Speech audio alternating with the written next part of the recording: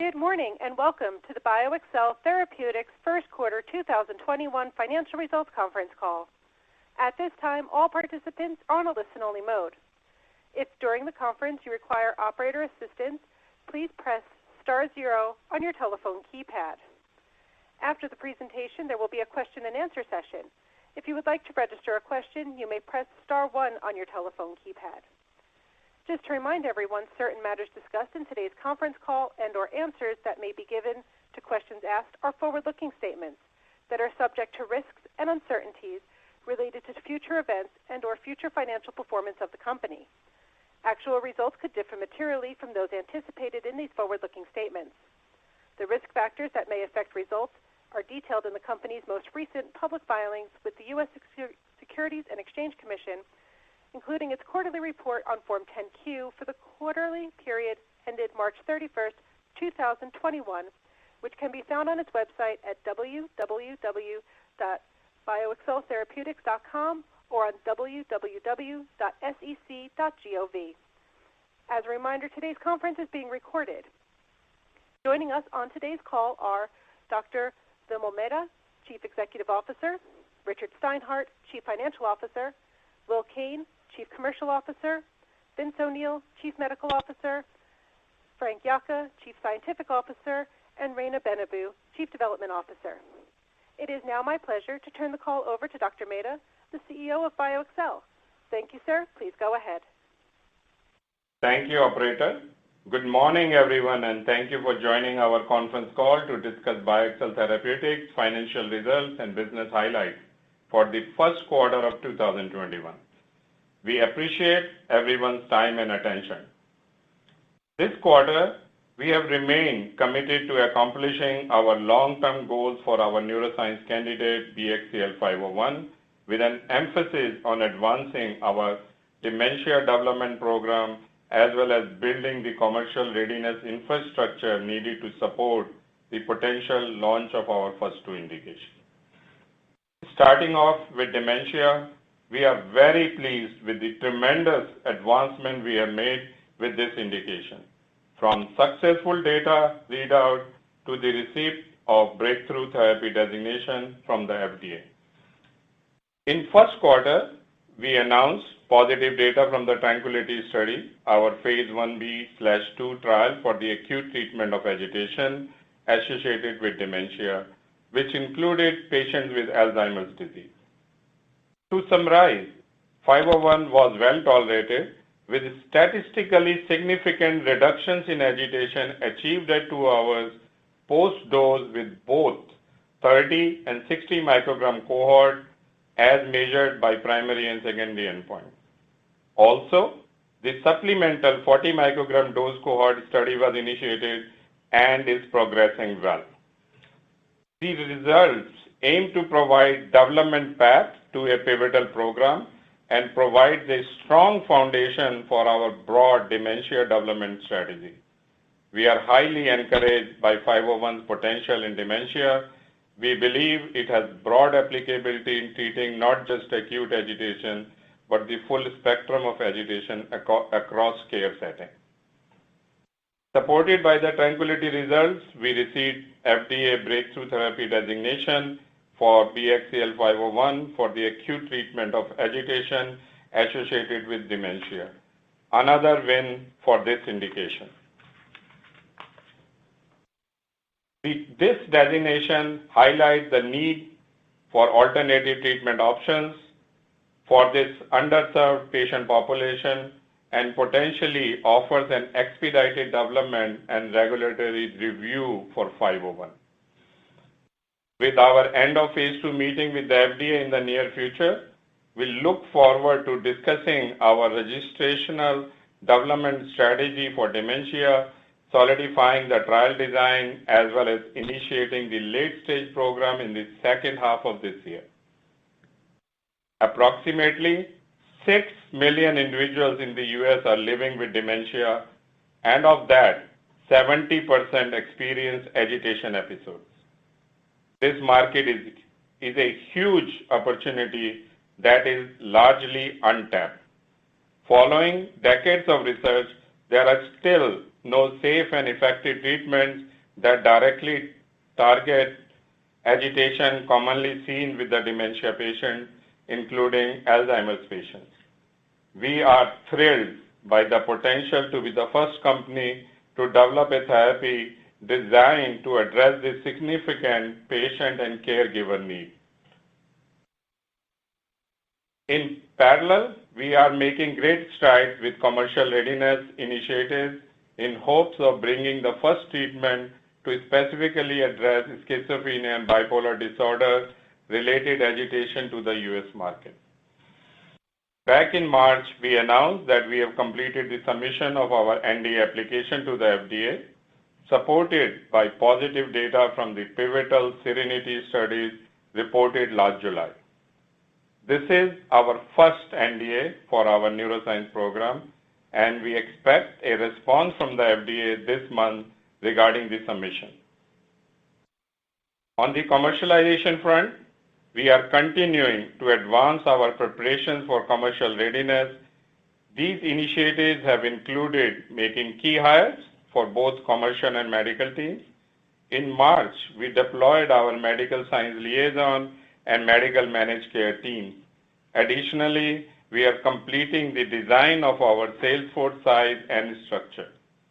If approved, we are confident we would be ready for a commercial launch of Bxel 501. Importantly, the infrastructure we are building to support the potential commercialization of Bxel 501 for acute treatment of agitation associated with schizophrenia and bipolar disorder 1 and 2 will be crucial foundation to launching additional potential follow-on indications, paving the way for our neuroscience business.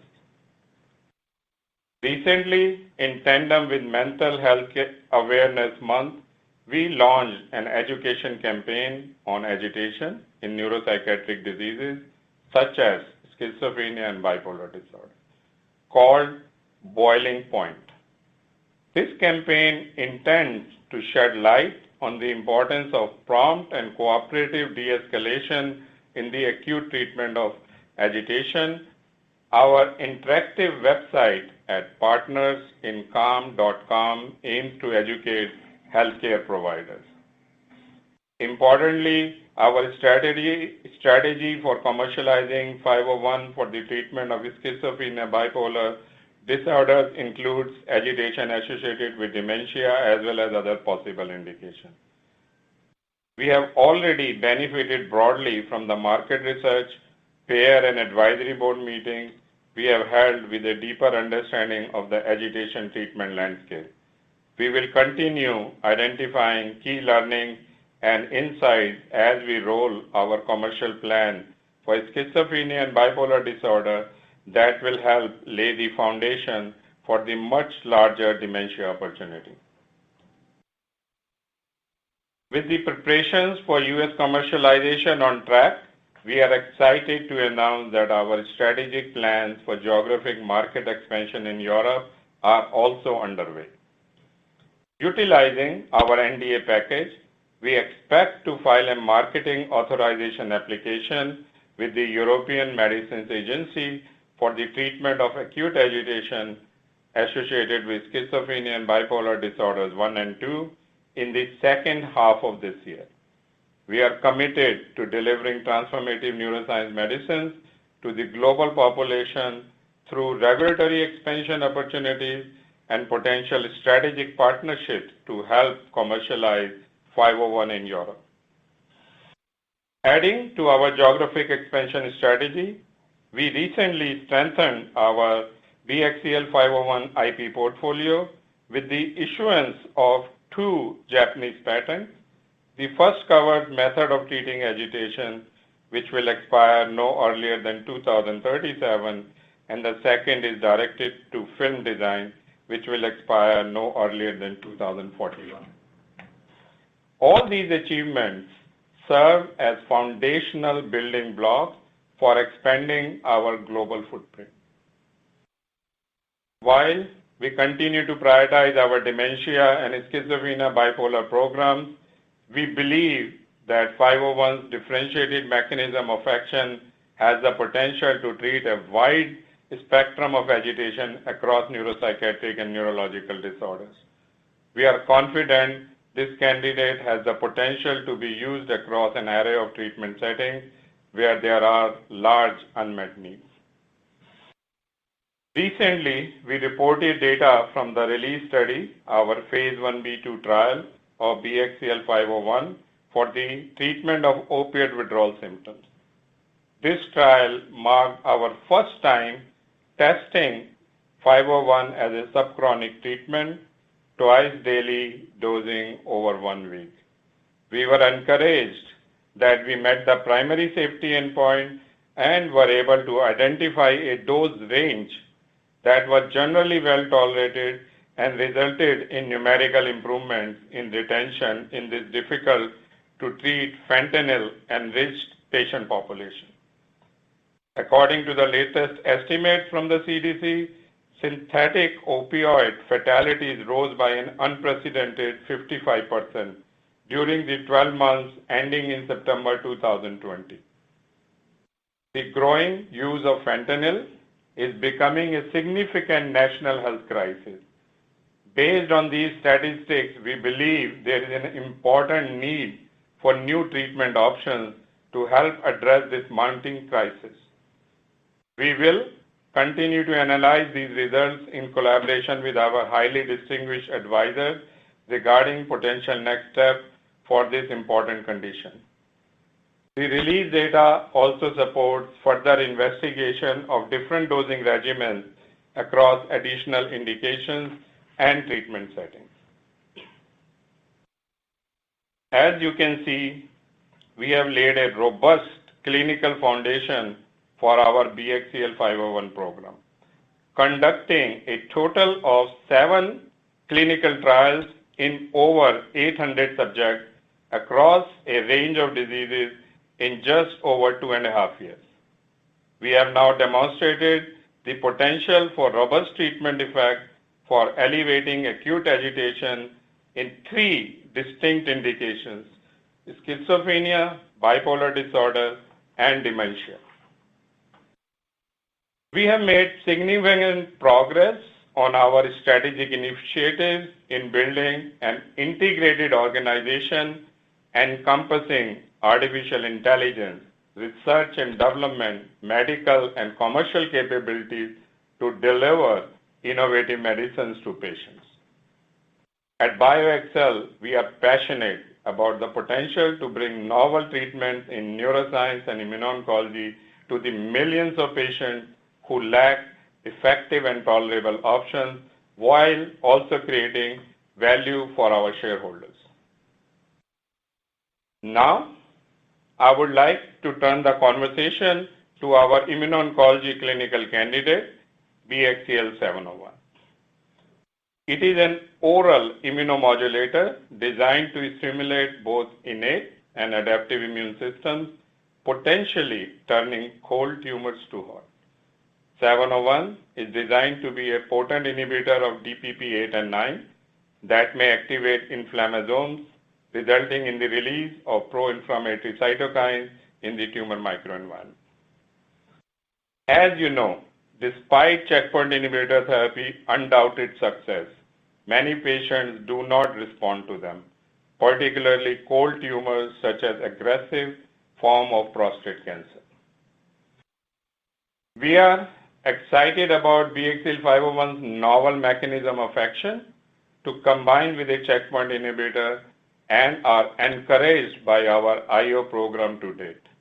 We believe 701 is the most advanced orally available innate immunity activator in development that has been optimized for dosing in combination with Keytruda.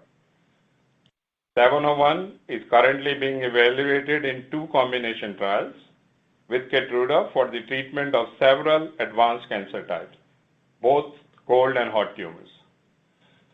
In our ongoing open-label phase 1b/2 trial in aggressive forms of prostate cancer, we are pleased that the adenocarcinoma cohort has met its efficacy bar to move to stage 2.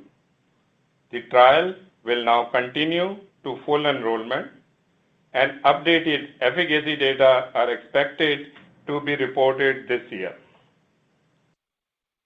This is a giant step for 701, as this candidate is showing early promise in cold tumors by potentially making the cancer more recognizable to checkpoint inhibitors. If successful, this innate immune inhibitor could be transformative to the immuno-oncology field. Finally, company has strong cash position of $194 million to achieve our key milestones. With that, I would like to turn the call over to our CFO, Richard Steinhart. Richard? Thank you, Vimal. We reported a net loss of $26.4 million for the first quarter of 2021, compared to a net loss of $14.9 million for the same period in 2020. Research and development expenses were $14.7 million during the first quarter of 2021, as compared to $12.4 million for the same period in 2020. The higher expenses were primarily attributable to an increase in personnel and related costs necessary to enlarge our development and medical teams. In addition, we experienced increased professional fees in conjunction with higher consulting fees and CMC costs related to Bxel 501, as well as increased costs related to our RELEASE clinical trial. These increases were offset in part by a decrease in SERENITY I and II clinical trial costs. General and administrative expenses were $11.6 million for the first quarter of 2021, as compared to $2.6 million for the same period in 2020. The increase was primarily due to higher personnel-related costs, as well as costs related to our expansion in preparation of the potential launch of Bxel 501 in the U.S., and increased legal, professional fees, and insurance costs. The first quarter of 2021 results include approximately $5.6 million in non-cash stock-based compensation costs, compared to non-cash stock-based compensation costs of $776,000 for the same period in 2020. As of March 31st, again, our cash and cash equivalents totaled approximately $194 million. Now I'd like to turn the call back to Vimal for any further comments. Thanks, Richard. We would now like to open the call for questions. Operator?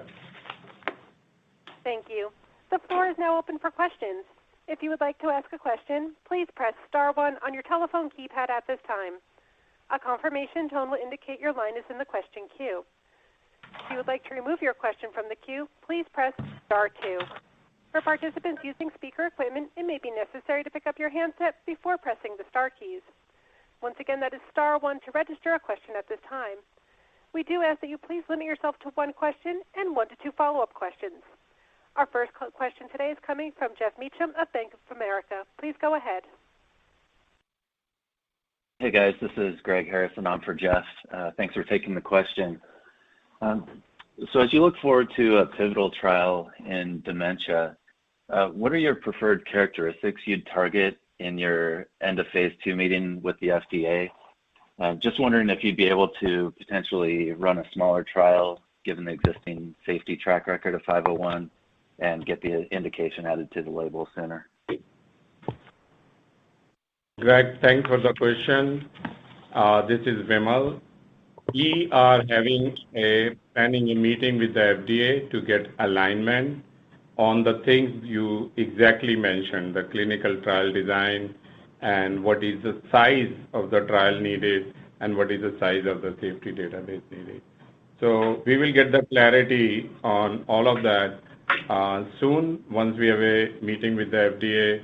And as you know, in Tranquility, we use ALF setting, and we are trying to see that what we want to do in phase 3 is close to what we have done in Tranquility. Got it. Very helpful. Thanks.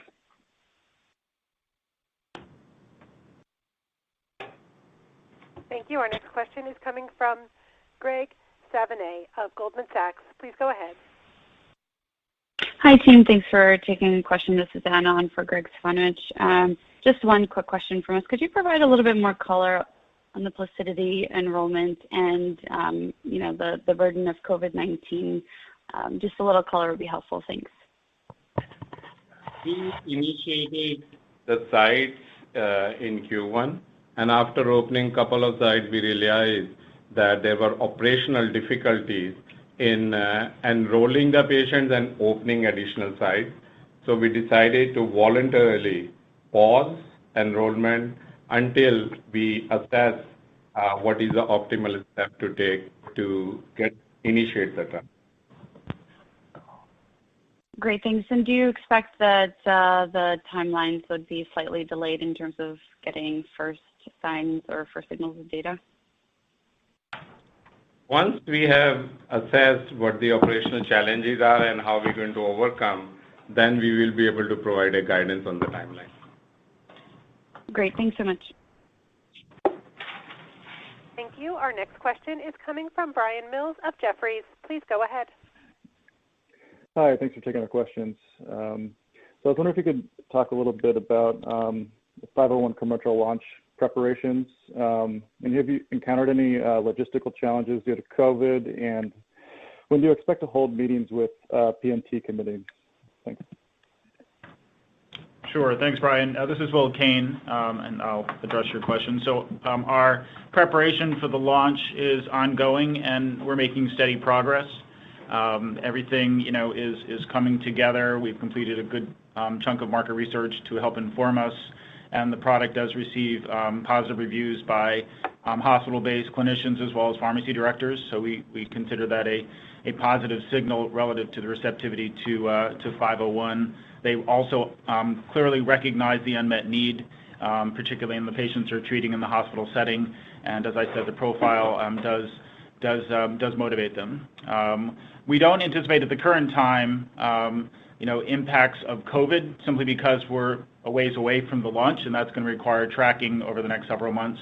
As you know, our base case plan is a launch in Q1 of 2022, so we will plan for that, continue to assess the opportunity to access hospitals to achieve our goal when we build our sales force. The goal is to obviously engage and to partner with local advocates in hospitals that are high priority for us, so that they can be spokespeople, if you will, in front of the P&T committees to initiate the process and ultimately achieve formulary access for the product. Great, that's helpful. Thank you. Thank you. Our next question is coming from Robyn Karnauskas of Truist Securities. Please go ahead.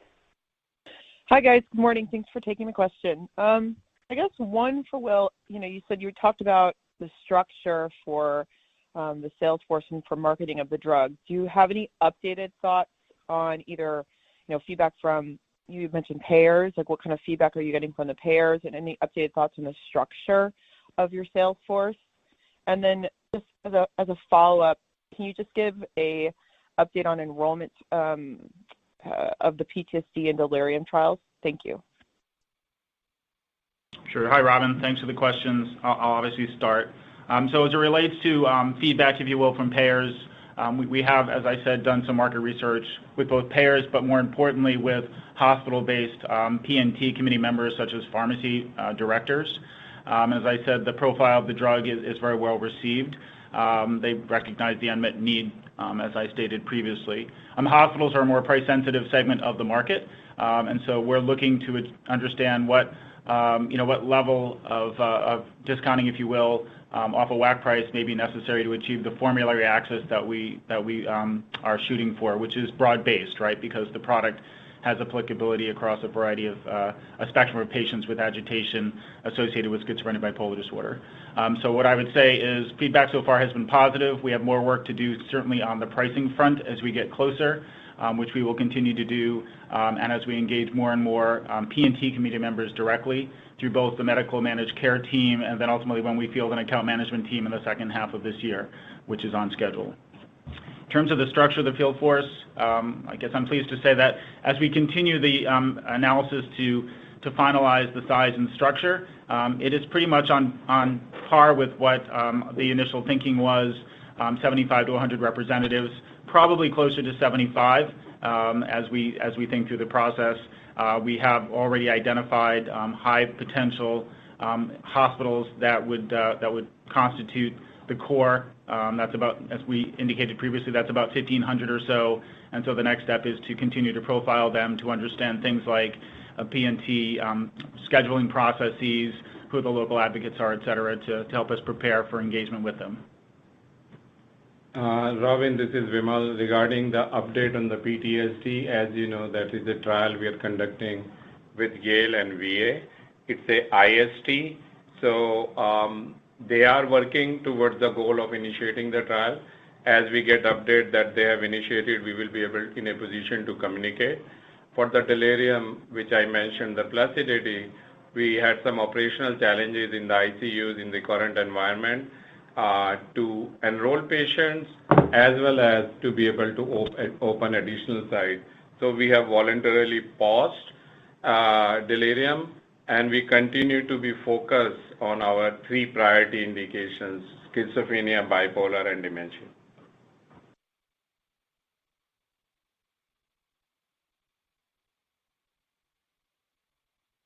Thank you. Our next question is coming from Ram Selvaraju of H.C. Wainwright. Please go ahead.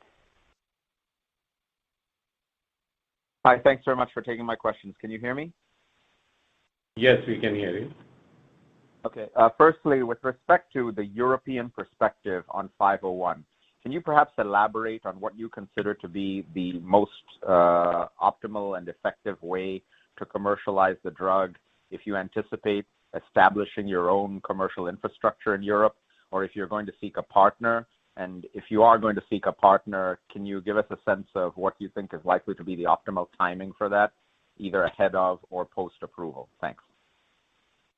So, Ram, thanks for the question. We are very pleased that our recent interactions with the agency in Europe were positive, and they gave us good feedback, and we were encouraged that we can use the NDA package to file in Europe.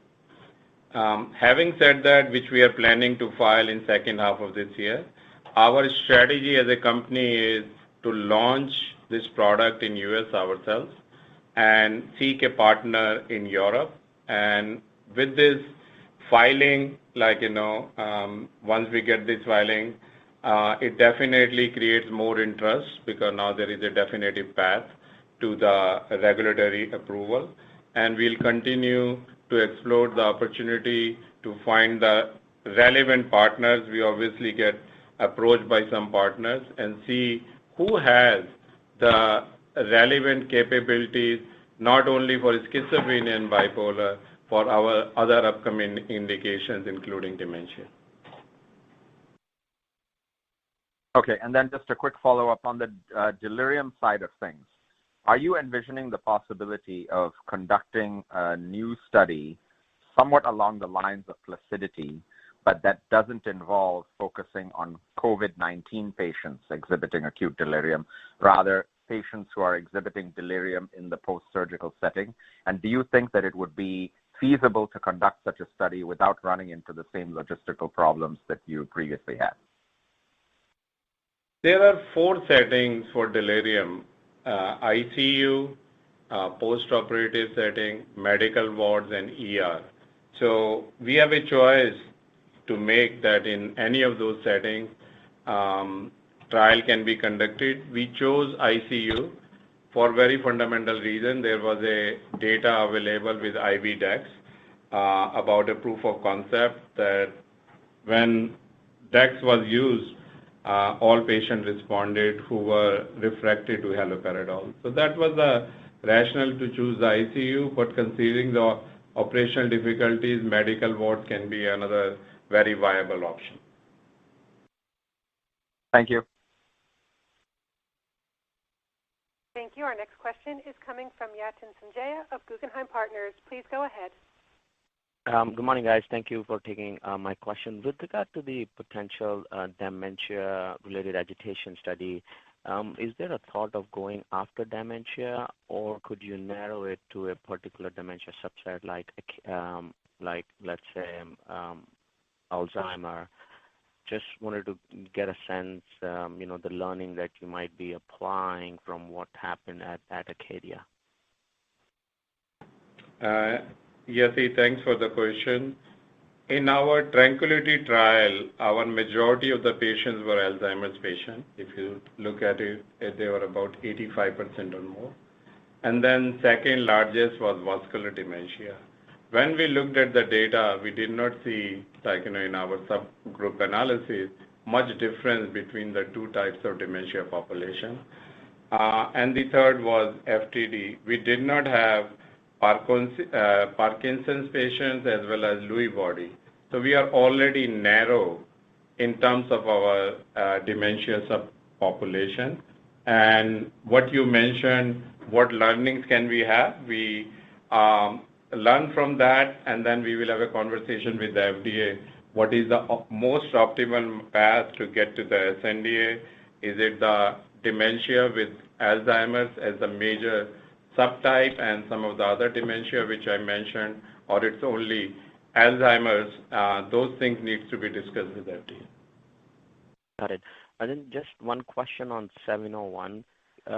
Could you maybe talk about what you need to see in stage 2 for you to move into, let's say, pivotal development, and how much data are we going to be expecting later this year? Thank you. Vince, do you want to take that question? Sure, I'll take that. Thanks, Bimal.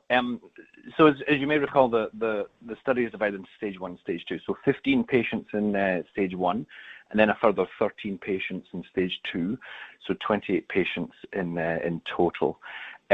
We'd previously said that we're aiming to see an objective response rate at around, a composite response rate, I should say, sorry, around 20%. And given that this is an end-stage patient population, we think that's compelling. So were we to see that, then the next step would be actually to expand up this study and continue to run the trial essentially to accrue more patients and get a more precise handle on what that response rate is. Hopefully that answers your question. Thank you. Thank you. Our next question is coming from Colin Bristow of UBS. Please go ahead. Well, hey guys, this is Rich calling in for Colin. A couple of questions from us. We only saw the MD Anderson basket study presentation at the upcoming ASCO, and I believe you guys mentioned that you would present the prostate cancer in mid-year, but seems to be delayed now. So just any reason for that? And also a follow-up question on, you mentioned the cash position after 1Q at $194 million. When do you expect to do another raise to support commercialization of 501? Thank you. You are right that regarding ASCO, our investigator at MD Anderson is going to present the data that is related to the hot tumors, like either refractory or treatment-naive patients. And we have indicated that we will plan to announce the data mid-year sometime with the prostate. We are with the trial where we have moved to the stage 2. We feel good and confident that trial enrollment is progressing well. These are open-label trials. We want to accumulate sufficient number of patients and see responses over a period of time. And we believe that there is no material change in our guidance when we will be ready to share the data on the 701 trial. Regarding your question, do you have any question, or does it address your 701 question? Yeah, that answers it. Thank you. Okay. And as we indicated, cash position is $194 million. Our past 3 quarters, if you look at it, our burn rate has been in the order of about $25 million per quarter. So this cash position gives us a very strong position to achieve the key milestones that we want to achieve that we have highlighted today. So we feel currently we are in a good position as far as our cash is concerned.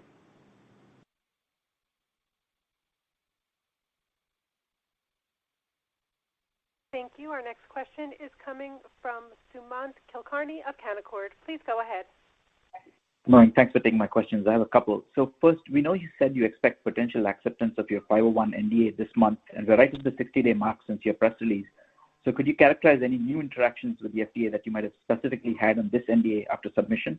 And the second question is, what are the latest levers you have for non-diluted funding? And do you have any preference for geography, EU versus Japan, or perhaps royalty deals in the US? So, Sumant, you are right that we have completed the 60-day cycle with the FDA. The questions FDA has asked us prior to the 60-day, all of those questions were addressed. We expect to hear from the FDA on the now 74th day, when we will potentially learn about the acceptance as well as about the PDUFA date. Your second question is about the non-dilutive financing. Considering we are filing our MAA with EMA, so Europe will be the first priority. As you noticed that we got 2 additional patents issued in Japan. That's a real market opportunity. We will continue to evaluate and we will schedule that as the next priority to the Europe. And sometimes when you are seeking these partnerships, you do find partners who may be interested in both geographies. So it's very difficult to predict, but I think we are making progress on both fronts outside US. Got it. Thanks. Thank you. Our next question is coming from Samir Bhavani of RX Securities. Please go ahead. Yeah, hi. Thanks for taking my questions. I just want to confirm, you mentioned you're using the NDA package for the European filing, but is there any other data that you may need ahead of that submission? So that's, I guess, the first question. Thanks. Samir, thanks for asking the question. That was our question when we had meeting with the agency. And now we believe we have the alignment that we don't need to generate any additional data than what we already have in our NDA package to submit the MAA application. Okay, that's great. And then just one follow-up, just on the placidity and delirium opportunity. I'm just wondering if you can maybe just remind us of why docs would not prefer in that setting to use sort of IV Dex rather than the film. Thanks very much. That's a very relevant question, Samir. As you know, IV Dex is only available in a surgical suite currently, and also it involves some sort of titration and other difficulties that are associated in administering IV Dex to treat the agitation. So what we have learned is there are settings like medical ward and other settings where there could be opportunity for a 501. So that's part of the reason we feel that it is across an institutional setting, but there are certain places, like particularly in medical wards and all that, it's a big burden to be able to put a IV line and do the titration with IV Dex. So our research indicates that delirium opportunity in medical wards and some of the other places in the institution can be very relevant for the film. Great. Thanks, Phil.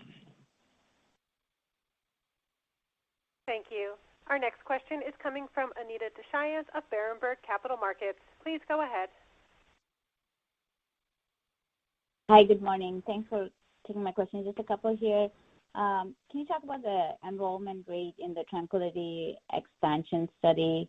And also, sorry if I missed this one, were you able to mention what the size of the sales force is for the commercialization of the 501? So in terms of the enrollment in the supplemental cohort of 40 microgram, enrollment is progressing well. And we expect that we will be able to complete that enrollment and have our data in our hand to make decisions for our phase 3 program. Regarding the sales force, Will has mentioned that our range is 75 to 100, but more or less the sizing work that is being done for priority hospitals, about 1,500, it may be more or like 75. Great, thank you. Thank you. We're showing no additional questions in queue at this time. I'd like to turn the floor back over to management for any additional or closing comments. Thank you, operator. Our number one goal as a company is to deliver transformative medicines to patients in need, and we are confident this can become a reality in the near future. Thank you all for joining our call today. Ladies and gentlemen, thank you for your participation. You may disconnect your lines at this time and have a wonderful day.